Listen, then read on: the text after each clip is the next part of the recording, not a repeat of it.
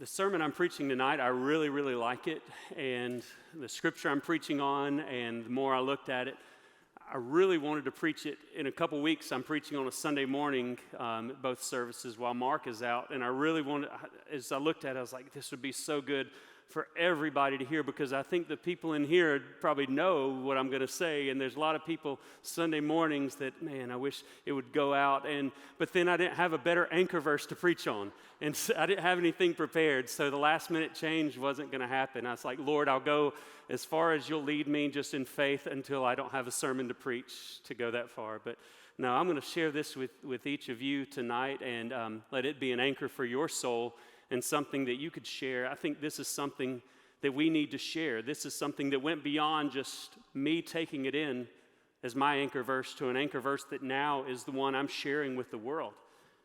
And that's in John chapter 14, verse 6. We'll look at that in just a minute. But most everyone in here, you're at the age where you'll remember as clearly as I did, September 11th, 2001. And I've got the picture up there. But 9/11, I was in college. I was a sophomore at Auburn and walked into the Haley Center and saw the video going across the screen where one tower had been hit, and then a few minutes later another tower being hit live, and man, just the world changing in that moment, and it hasn't been the same since. Younger kids hear about it as a history lesson. They probably look at it like the way I looked at World War II or things like that was ancient history. They're starting to look at it like that, but I remember it clear as day. And in the middle of the tragic picture that we see up there, it was a story of triumph, a story of a hero that as people came down to the bottom that were rescued and that did make it out of the buildings before they collapsed, a story began to be shared about a man they were calling the man in the red bandana. And so this is from the movie. This is a picture of the movie because nobody actually had an actual picture of this happening. But when people came out of the building and shared their stories later, many of them had this same story about a man in a red bandana. And what had happened was this man in a red bandana had found them. They were on the upper floors above, on one of the towers above where the plane had hit, and could barely see as the smoke was filling the rooms. And every exit they would try was blocked. Elevators, of course, weren't working. Stairwells they might have started to be open, but then they reached an area where they were blocked. And so way after way after way was blocked, but this one man right there had found the way down, had found the way to life, and instead of keeping it to himself, he went back up and he shared it with the people on those floors. And he began to tell them, hey, there's a way here. Don't go that way. Don't go that way. There is one way down, and you need to take it if you want to live.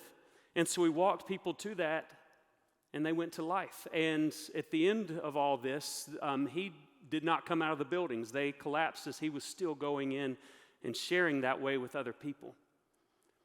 It turns out it was a young man named Wells Crowther. Wells, as a graduate of Boston College, had played some sports there, and for the previous few years had been working at the World Trade Center in one of the upper floors. And he had found that way and began sharing it with others. And that story, as I heard it the first time, it brought me straight to my anchor verse for tonight, John 14:6. And here's the picture that I see in that illustration. Jesus answered, I am the way, I am the truth, I am the life. No one comes to the Father except through me. That's my anchor verse. Jesus said, I am the way, the truth, and the life. No one comes to the Father except through me. I've known that from the time I was little, and I've rested in that verse for my salvation, that Jesus is my way, Jesus is my truth, my life, because he is the truth, the way, and the life. He is, as in the picture of that building, he is the one way, that there's other ways that seem right until they're not right, and he is the one way down. And so that's been an anchor verse for my soul, for my salvation, trusting in it in all the storms that Jesus is the way. But the last few years especially, I felt like this is a verse that I've had to run to more and more as I share with people, as I share to other believers who are beginning to be fooled by the concept of truth or by twisting of truth. I'm sharing it with people who don't believe truth, who believe other truths, to share with them this reality that Jesus is the truth. He's the way, the truth, and the life.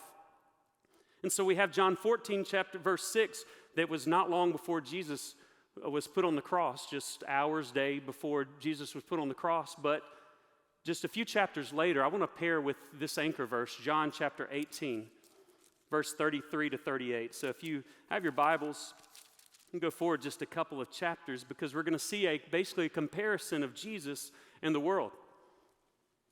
So Jesus was standing before his trial. He was standing there put on trial to be sent to the cross.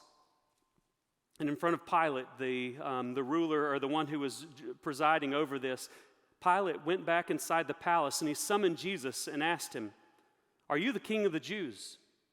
And Jesus said, "Is that your own idea, or did others talk to you about me?" And Pilate replied, "Am I a Jew? It was your own people and your chief priests who handed you over to me. What is it you've done?" Jesus said, "My kingdom is not of this world. If it were, my servants would fight to prevent my arrest by the Jews, but now my kingdom is from another place." And so Pilate exclaims, "You're a king then." And I think he did this jokingly and kind of surprised at how bold Jesus would be to declare himself a king. "You're a king then," said Pilate. And Jesus answered, "You're right in saying that I'm a king. In fact, for this reason I was born, and for this I came into the world, to testify to the truth. Everyone on the side of truth listens to me." And Pilate asked this question, "What is truth?" As Pilate said those words, "What is truth?" and Jesus was declaring himself as truth there and saying, "My side is truth," it's just hours, days after Jesus had declared, "I am the way, the truth, and the life." Pilate is a picture of our world. The overwhelming majority of people in our world would fall on that side of this question. So write this down. The world says, "What is truth?" Now, Pilate asked it. It says that he asked it as a question, and we don't know exactly how he meant that question. It could have been, "I really want to know what truth is. I'm not sure." There are a lot of people out there who don't know what truth and are truly seeking it. But then I think Pilate might have asked that question rhetorically because he scoffed at truth. It was almost more like a statement like, "What is truth? Do you really, as you declare yourself as the truth, do you really believe that? Do you really think anybody could know the truth?" Pilate is indicative of our world. I think there's many people in our world, or there are many people in our world within that "what is truth" category. There are many people who would fall into the category of nihilism. These are some big words, but they're easy to define, or at least in a short definition, where write this down. Nihilism says there is no truth. Nihilism would be the scientific people, the ones who look at science and say we're products of nature, of atoms, of molecules, of big bangs. We're products of these laws that kind of are created by nature but wouldn't be called truths. And all of this world spins off into nothing. That when we close our eyes, that there's nothing after that. That's where we get our word annihilation. So there's many people. That would be, I think, maybe the atheists. There would be other people who rest more in science than they do any other philosophical idea. And so there's a lot of people that says, "What is truth?" because they don't believe in any truth as far as spiritual things go, as far as something bigger than themselves. A large group of people, probably a majority of people, I think, would fall under a category of relativism. You write this down. Relativism says that truth depends on your perspective. People who follow that concept of relativism would say it's true if you're in this perspective, but there's another truth if you're in this perspective. Because you grew up in America, and I hear this a lot, because if you grew up in America, your truth is Christianity, and because they grew up in Pakistan, their truth is Islam. And that's the case even if you believe in one God, even if you believe that there's truth. But many people would say both truths are equally valid. That's true for you and it's true for them at the same time. That's kind of what relativism is that truth depends on your perspective. There's a picture that broke the internet a few years ago, and for some of you it could cause an argument in here right now because it just caused an argument upstairs in our office the other day. Look at this picture. All right, The Dress. This was entitled The Dress. About 2015 this came out. Somebody shared they had gotten a dress for a wedding. It had a shawl over it, something to cover the shoulders over the sides, but the dress in the middle. And the question they wanted to know, because they had gotten it wrong, what color is that dress? All right. How many of you say you look at that dress is white and gold? Raise your hand. Okay, how many of you say that dress is blue and black, or bluish or purplish and black? Okay, look around. All right. How many of you truly, as you look at that, you still, even after hearing the option of blue and black, how many of you still see it as white and gold? Raise your hand. Okay. How many of you, after hearing that white and gold's an option, and you see that many people still see it as blue and black of some sort, blue and purple and black, but not just like it's in the shade, I know it's white and gold, but no. All right, I would fall under the category of it doesn't matter how many times and what way, what shade I look at that in, I still see it as white and gold, but Andrew Mingus, my associate, and Rita up there saw it as blue and black, and I'm thinking, are they crazy? But what happens... This happens in our world when it comes to truth. I'm going to talk more about this in just a minute, but many people in our world, when it comes to things like this, would say, well, your truth is that it's white and gold, and my truth is that it's blue and black, and we're both right. And they leave it at that. That's where I probably left that argument. Okay, we're just going to have to agree that we're both right, because I'm going to stand on my truth, and you're stand on yours. That's relativism, where you just say, well, we're both right. It's true for the individual. Universalism is another way that people look at things. You all can write this down, where every truth leads to the same destination. There's different ways of talking about universalism. I think this is where you would find the Unitarian Universalist Church. But I want to tell y'all, we have a growing population of Universalist Christians that I had no idea how many people were falling into this category. And they call it different things, but a lot of people talk about the deconstruction of their faith being built back up into something better. And it's falling under this category of universalism, where they say, some people who are universalists may say that everything's true. That's what I used to think it was the case. But really, I think universalism, when it comes to what we're hearing lately, is that you can believe whatever you want to believe, but it's all going to lead to the same destination. Christian Universalists would say that Jesus' death and resurrection and crucifixion and blood, he is so victorious that it's going to cover everyone, that one day even people of every religion, no religion, will be covered by that. They'll have a chance to repent, and I would love that. In my heart, I would love it if every person in this world who's ever lived will have another chance, but I don't see that in Scripture. They will find Scriptures for it, but I want to tell you, you're going to face this more and more, where people will say this, that the truth is that Jesus is the truth, but all truths will eventually lead to that.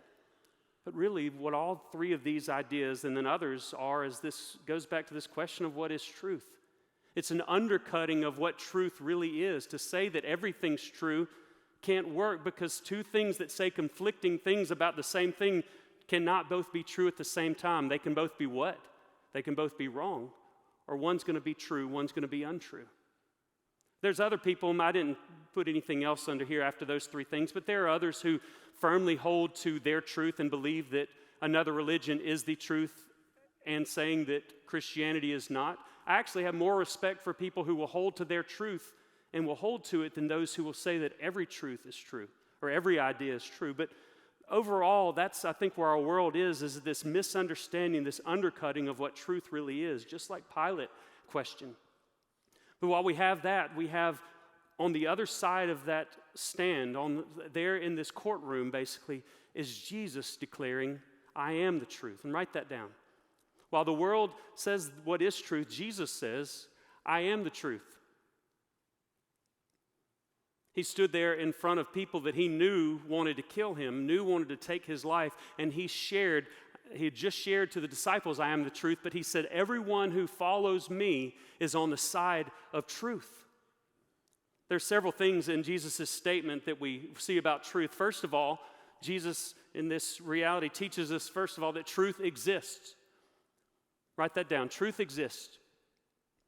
Again, there's many people that say that there is no truth, but Jesus in his words said, I am the truth. It exists. There's truth out there.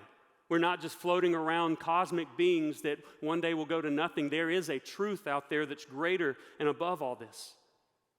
And then you look in John 18 that we looked at with Jesus and Pilate, and Jesus said that everyone who is on my side is on the side of truth. That there is a side of truth out there. It exists. And you need to stand one. You need to pick a side. You need to choose, because truth exists. The second part of that, though, is that Jesus teaches us is that it doesn't just exist, but it is knowable. See, many people, I think the relativists, the people out there who try to give equal value to every idea will say that truth isn't really knowable, so you just have to kind of pick something and hope. But Jesus says truth is knowable. In John 8:32, just I don't know how many months or years before John 14, but in John 8:32, Jesus said, "You shall know the truth, and the truth will set you free." You can know the truth. He also said in his word, as he's praying for the disciples in the garden just hours before his trial, he says, "Lord, sanctify them with the truth. Your word is truth." So God is truth, Jesus is truth, and the word that they've put together is truth because they reflect who he is. Truth is knowable. The reason I know that truth is knowable is because let's go back to that white dress. Just back to that illustration, all right? You look at that dress, if we can have all of these ideas, but we can't end up on the thing saying, well, what's true for you is true for you, and what's true for me is true for me. No, there is something that you can know. What is that you can know? There's an actual dress out there made by an actual company where that actual picture, I think it was taken in poor lighting, is there. And look at this dress. What color? What color is the dress? Those of you who thought it was white and gold before, look, it's blue and black. The dress is blue and black. I can know the truth, even though I look at that picture in the middle, it's still white and gold to me. The shading, the lighting was off. Even you pictures, people saying it's purple or blue and black, that's blue and black. But I had to change my mind. As I talked with Andrew, like literally until Friday, all these times I knew about it, I thought that I was right, that there was an actual white and gold dress out there. I was wrong, and it hurt my heart because I was wrong. Okay? But I was able to go out there and I was able to know what the truth was. I'm going to follow up on that in just a minute on how I should respond and how I did respond to that. But when Jesus says you can know the truth, the reason we can know the truth is because of your next point. Here's what truth is. Truth is an absolute standard by which reality is measured. It's one of the best definitions. I think everyone needs to have this definition. Another one that Josh McDowell shared is that truth is faithfulness to the original, or fidelity to the original, that there's an original standard. This is what this definition says. There's an absolute standard out there by which something can be measured to or compared to. And so truth is that which lines up with that standard. Another example of this to help it make sense, to understand truth. A couple years back in a really cold January day, I caught this fish. I was out at a pond outside of Montgomery, and I was going quail hunting with some friends, and they weren't there yet. 32 degrees, I found a fishing pole propped up that had 20 feet of line on it, and so I cast that line and the spinnerbait that it had on it next to a log sticking up in the water, a stump. And I thought I'd caught the log, and I ripped it back. I set the hook into that, and I started reeling, and I was like, man, I caught a log. And then the log started moving, and I realized this isn't a log, this is a fish. And I reeled it in, and my little muscles had to hold up that big 10-pound fish. I found there was somebody had just come up to take a picture. I was running with the fish in my hand. Please take the picture. I caught a 10-pound fish, okay? And somebody asked me, well, did you weigh it? And I said, no, I never weigh my fish because then I might not be able to say that it's 10 pounds. That is 10-pound fish until I weigh it, okay? The way that I know if that's 10 pounds, if somebody wanted to know, is that true? What do? I go find a standard of measurement that would tell me that I would compare it to, all right? Next picture, out there in France, there's a International Bureau of Weights and Measures, and then there's another building nearby it that has some different archives and things like that. But this is actually like an original pound.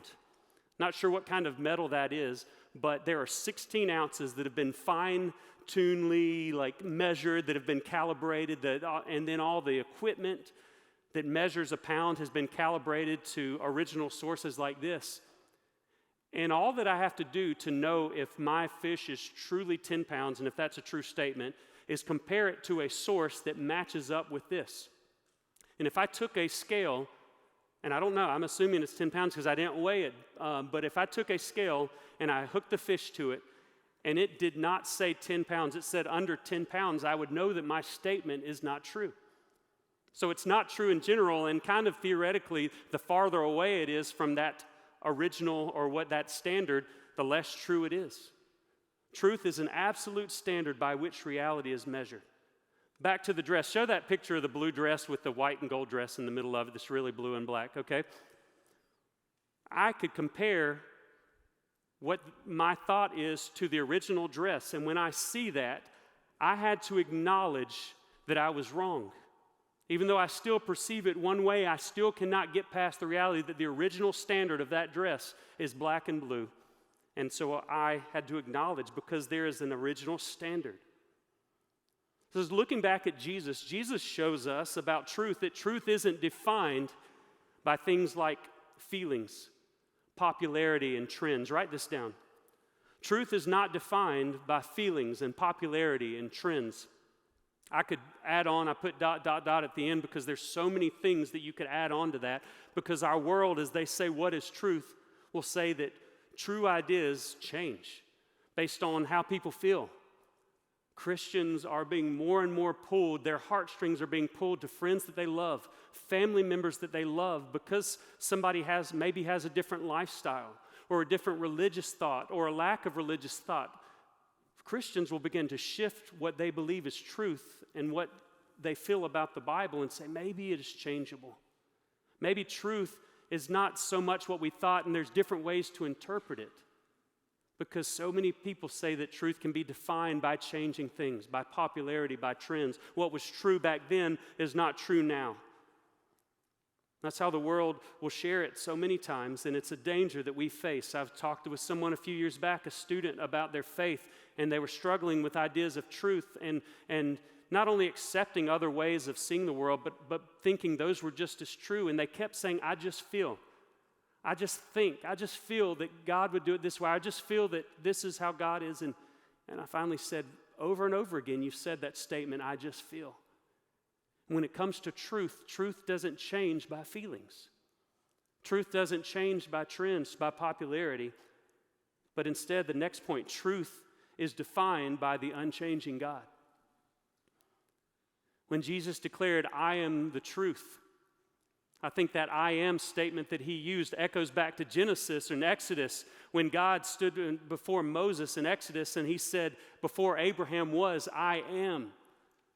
I am the original, I am the originator. Remember when I said that truth could be defined as faithfulness to the original? Jesus is saying, I am the original. My Father is the original. His words that are written down reflect the originator of all things. And if they line up with him, it's truth. Our truth has to line up with God as the standard. He is the truth, and the things that line up with him are true. Because he is the same yesterday, today, and forever. An unchanging God.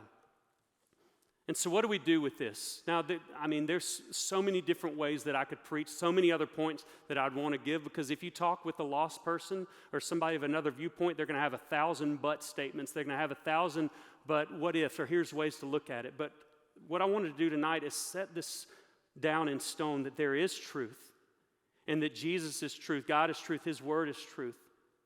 And so what do? We respond rightly to the truth. When Jesus stood before the courts, he basically said, pick a side. If you're on my side, you're on the side of truth. If you're on the other side, you can pick it, but you will not be on the side of truth. When you see the truth before you, respond rightly to it. Now, there's a couple points I could have put before these last three. I could have said you need to seek the truth, you need to find the truth, and you need to know it. That, of course, everybody in this world needs to find those things. But the first thing I want you to write down here is align your life with the truth. When we find the truth and when we see it, we need to align our life with it. Jesus said, come to my side if you want to be on the side of truth. With the dress, I had to change my mind, and I had to align my statement to align with that, to be right, no matter how I felt about it. Ever more is it important for us to align our life with the truth of Jesus Christ, regardless of what the world says, regardless of how we feel. We need to align our life with it. I want to do an illustration kind of as I come to a close.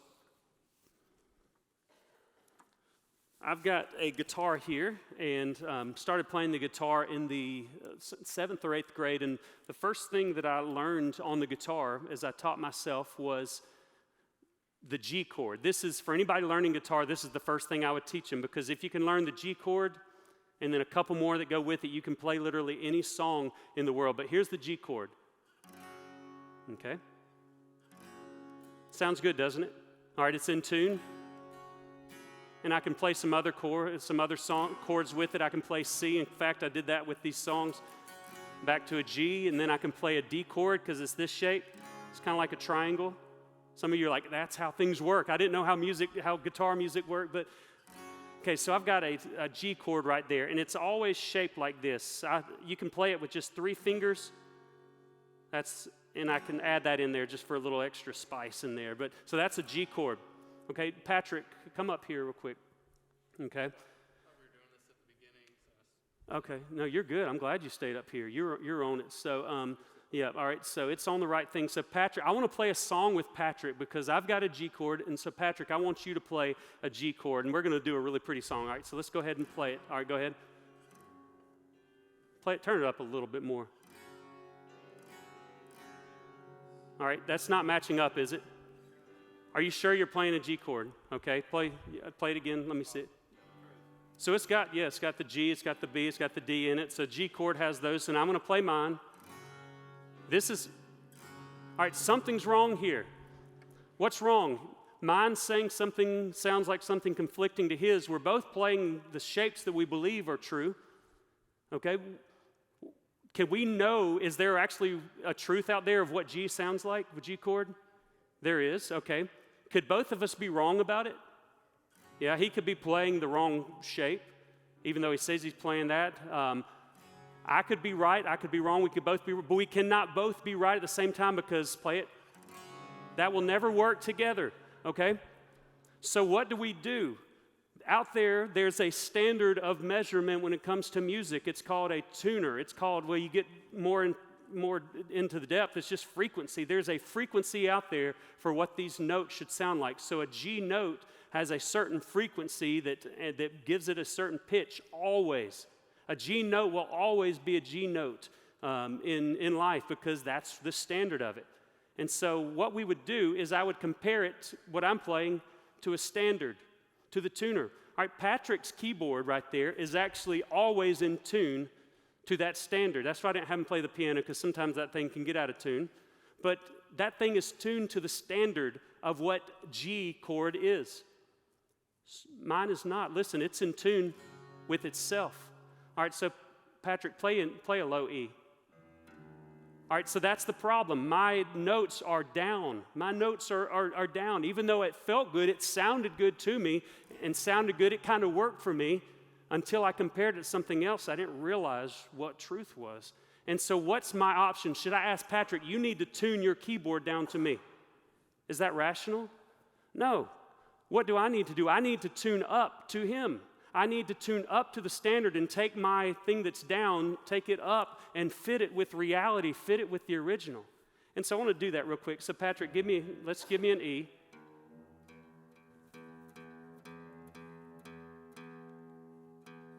Okay. All right, give me an A.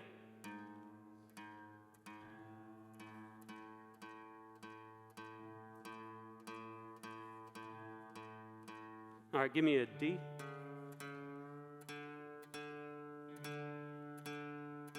Okay, G. So all my notes were off. They sounded good among themselves, but all right, give me a B. Sorry, this is a long illustration here, but it's worthwhile.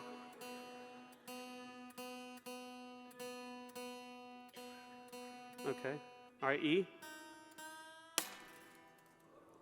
That's what happens. I didn't mean to do that, but that's what happens when you're out of tune. One day, someday, okay. Well, let me do this, okay. It's a good thing about having 2 guitars, okay. So this guitar, just like that one was, has been tuned to the standard, okay? So now, play your G chord now that we've tuned up this guitar. Okay. Play a C chord. Play a D chord.